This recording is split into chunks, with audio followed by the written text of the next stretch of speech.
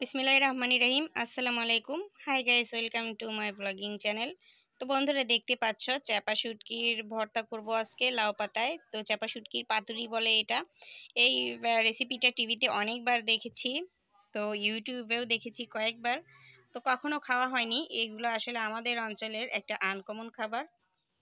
তো আজকে এই রেসিপিটি আমি করব, আসলে কেমন লাগে একটু টেস্ট করে দেখার জন্য।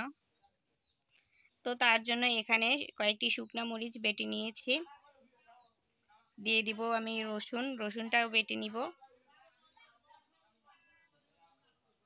তো তারপরে চাপা শুটকিটা দিয়ে দিব। চাপা শুটকির গায়ে আঁশ থাকে, তো গরম পানি দিয়ে আর কি আমি কয়েকবার পরিষ্কার করে ধুয়ে হাতের সাহায্যে আঁশটা ছাড়িয়ে নিয়েছি, ভালোভাবে ধুয়ে নিয়েছি। তো চাপা শুটকি আমাদের এলাকাতে পাওয়া যায় না, তো এইটা আমি ঢাকা থেকে নিয়ে এসেছি। যেহেতু আনকমন, চাপা শুটকি আসলে এখানে পাওয়াই যায় না। চাপা শুটকি, লইটকা মাছ, তো এইগুলা এখানে আনকমন, মাঝে মাঝেও পাওয়া যায় না।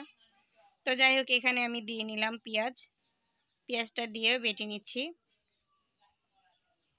তারপরে দিয়ে নিচ্ছি লবণ। তো লবণটা দিয়ে ভালোভাবে মিশিয়ে নিচ্ছি।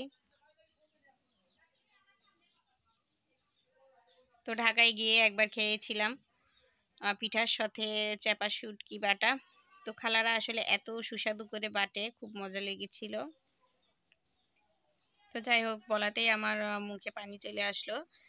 তো এত পছন্দের একটা খাবার আজকে করছি। তো বন্ধুরা, দেখতেই পাচ্ছ লাউ পাতাতে আর কি চাপা শুটকি আমি দিয়ে নিয়েছি। তো পেঁয়াজগুলো আর কি আমি এইভাবেই দিয়ে নিচ্ছি। অনেককেই দেখি যে সুতা দিয়ে বেঁধে দেয়, তো আমার মনে হয় যে যেহেতু পাতাতে এইভাবে দিব, তো সুতাতে বাঁধার কোনো দরকার নেই।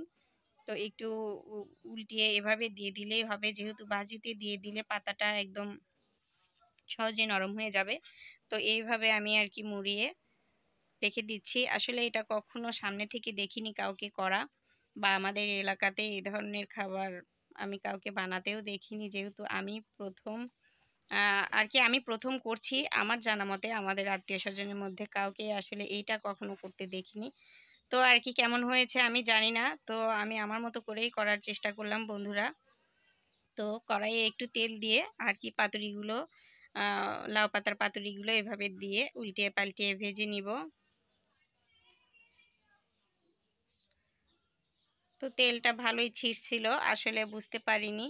প্রথমে ছোট পাতা নেওয়া যাবে না, বড় পাতা নিতে হবে। আমি এই পাতুরিটি বানিয়ে যেটা বুঝলাম, কারণ লাউ পাতারও একটা টেস্ট থাকে। তো পাতা যদি আমি দুটো করে দিতাম তাহলে আর কি লাউ পাতাটাও খাওয়া যেত। যেহেতু একটা পাতা দিয়ে করেছি, তো এই পাতাটা আর কি পুড়ে গিয়েছিল, যেই কারণে আর কি পাতাটা অতটা মজা লাগলো না। তো ভিতরের যে ভর্তাটা, সেটা অনেকটাই মজা ছিল। তো এভাবে উল্টে পাল্টিয়ে ভেজে নিচ্ছি। তো নেক্সট টাইম আমি যখন আবার পাতুরি করব, তখন আমি লাউ পাতা ডাবল করে দিব, তাহলে আর কি লাউ পাতাটাও খেতে মজা লাগবে। আর একটু বড় পাতাতে করলে পরে ভালো হয়। যেহেতু আমার পাতাটা ছোট হয়েছে, একটার মধ্যে আর কি একটু বেশি ভর্তা দিয়ে নিয়েছি। তো এই তো হয়ে এসেছে, আমি নামিয়ে নিব। উল্টিয়ে পাল্টিয়ে ভেজে নিয়েছি। তো ভর্তার যে পেঁয়াজের আর রসুনের যে রসটুকু ছিল, রসটুকু কিন্তু টেনে নিয়েছে বন্ধুরা, দেখতে পাচ্ছ। আসলেই সুন্দর হয়েছে। তো আসলে মানে ভর্তাটা খেতে অসাধারণ ছিল। আমি ফার্স্টে ভেবেছিলাম যে হয়তো মজা লাগবে না, তো একটু ভাত নিয়েছিলাম। তো পরে আর কি আমি এরকম আরও 2 চামচ ভাত নিয়েছিলাম। তো খাবারটা অসাধারণ ছিল। তো যাই হোক বন্ধুরা, যদি আমার ভিডিওটা তোমাদের ভালো লেগে থাকে তাহলে আমার ছোট্ট চ্যানেল, তো চ্যানেলটাকে সাবস্ক্রাইব করে দিয়ে একটি লাইক দিয়ে সঙ্গেই থাকবে।